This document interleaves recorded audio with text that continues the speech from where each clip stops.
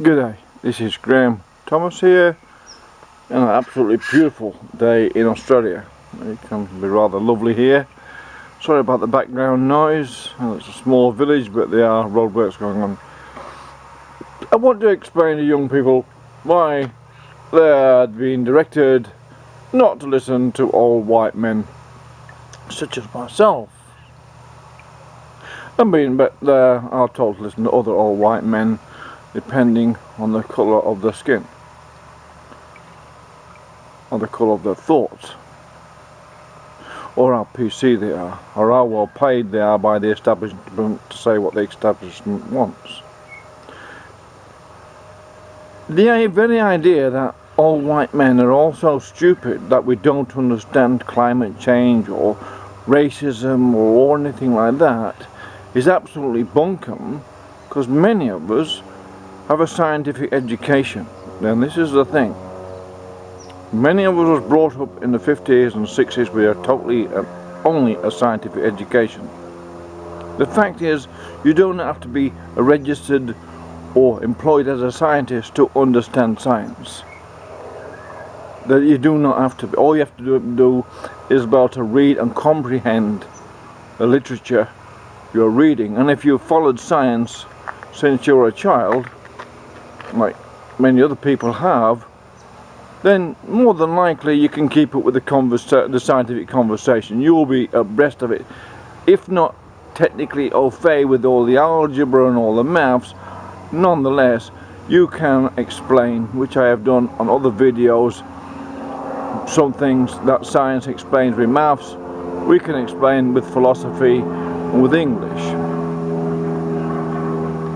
When it comes to an issue like climate change, it's not an issue about climate change. This is a very dangerous aspect of this idea. They've got all the young people brainwashed not to listen to people who actually care very much for them, because many of us are grandparents and we have lots of grandchildren and we very much care for their future. For anyone to suggest that us older people do not care for our grandchildren is highly offensive. They need a future. They need a future that a prosperous economy. What climate change is doing in Australia, or climate change fanatics and advocates are doing in Australia, are advocating the massive redundancy of many people in regions where there's coal mining or coal is involved. They're actually advocating that whole regions are destroyed. The families, fathers, mothers and their children are made redundant for as long as possible. There's no return. Once you've destroyed an economy, economy relies upon a building an economy. It relies on expansion, natural expansion. The physics of economics is very important to understand, and how the geometric spread of the currency is created.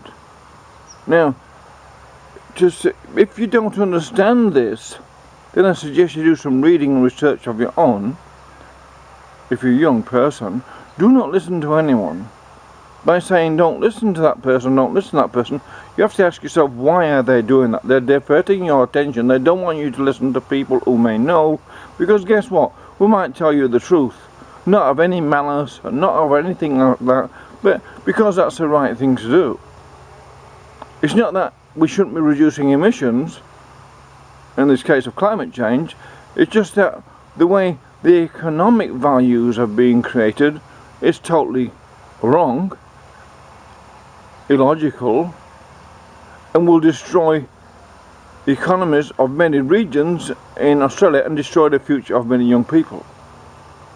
So those people who tell young people not to listen to old people like myself are actually attacking the young people. They're saying this too, because they don't want you to listen to what is logic and fact and just simple common sense, that if you destroy an economy by stopping something that creates the economy, then you can't replace it in a time when the competition with people like China will make sure that is actually impossible to do, because economics of employment is based on mass employment through manufacture and mass consumption. If you're taking all your means of manufacture abroad, you're destroying much of your ability to employ people. If you then put up the cost of electricity so much, you then reduce further the ability for the system to employ more people.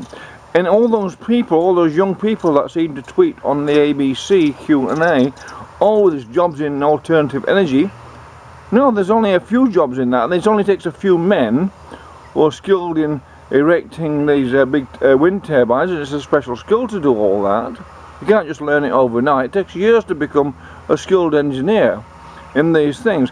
And these things, once they've built a site, a series of wind generators, they move on somewhere else.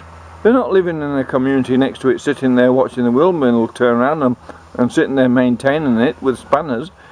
The jobs have gone. And because of the cost of these windmills, and not just the cost of them so much, but the way the economics has been structured by the government, it means the cost is far higher than it need have been. So instead of just using science for the economic sense it could have brought, to looking at the logical process, how do we reduce emissions and reduce costs of electricity from the very outset, and we didn't start doing anything until we had worked that out. And if we had done that, there wouldn't be all this argument and confusion right now. And because they rushed in to the system of wind generators, and nothing wrong with wind generators, it's the economics what's wrong. People are arguing about wind and coal, wind and coal, wind and solar. These are diversions. Total diversions about what the real discussion should be is about economics and employment. How do you recreate that? But the point is, it's a deal, okay?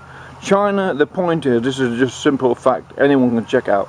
China is going to burn millions of tons of coal right up to 2015. It's building more coal-fired power stations as we speak, one a day, up till 2030. Once it's done that, it's worked out, estimated how many it needs. Once it's done that, it will continue to import coal to supply those furnaces out till 2050. Whereas the people in Australia will be importing all the wind generators and solar panels made from that coal.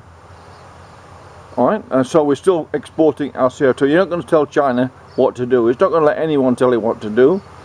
It's going to make these things, and that's the deal. They buy our coal, we buy their wind generators and solar panels. That's what's the deal. It's as simple as that. But it's the cost structure of it all, because they're quite cheap. Solar panels and wind generators are quite cheap. It's the politics of it that has been all wrong. The attacking of people, all they want to do is ask questions. Why? So we can resolve the process logically, and to be honest, so it's fair to all the young people in the future who need a job. They need a job to pay the massive electricity bills being imposed upon them by all those people who so don't listen to old white men. Don't listen to what old white men? David Bowie, John Lennon, people who play Pink Floyd, Plato, Socrates. Which old white men? It's a very, very dangerous thing to do when you don't listen to the people with the knowledge. And anyone can have this knowledge. All you've got to do is learn and do the research yourself. Don't listen to anyone. The best advice to young people, always ask questions. Do your own research and believe nothing. And anyone asks you, do you believe in this? Say, are you trying to cause trouble with me or pick a fight with me? Because that's what it's about. They're putting you in a corner. Do you believe in that? Best thing is to believe nothing what anyone tells you. Don't believe anything I've told you. Do your own research. Find out for yourself. That is your basic human right. And once they've taken that away, you have no human rights. And that's what this is all about. To remove your human rights of the young people, so you do not question and you're herded around like sheep by really the worst set of politicians I've ever seen in the whole of my life. I've been following politics for a very long time. This is the worst set of politicians I've ever seen. To still out the young people like this is a great shame. And I feel really, really sorry for all those young people who've been told to believe in this and believe in that, and driven away from actually checking the facts themselves. Check the facts. China is going to burn millions of tons of coal, keep polluting, and we're told we can't have any. It's a financial matter. It's nothing to do with climate change. It's about finance, borrowings, and all that sort of stuff. That's all that matters.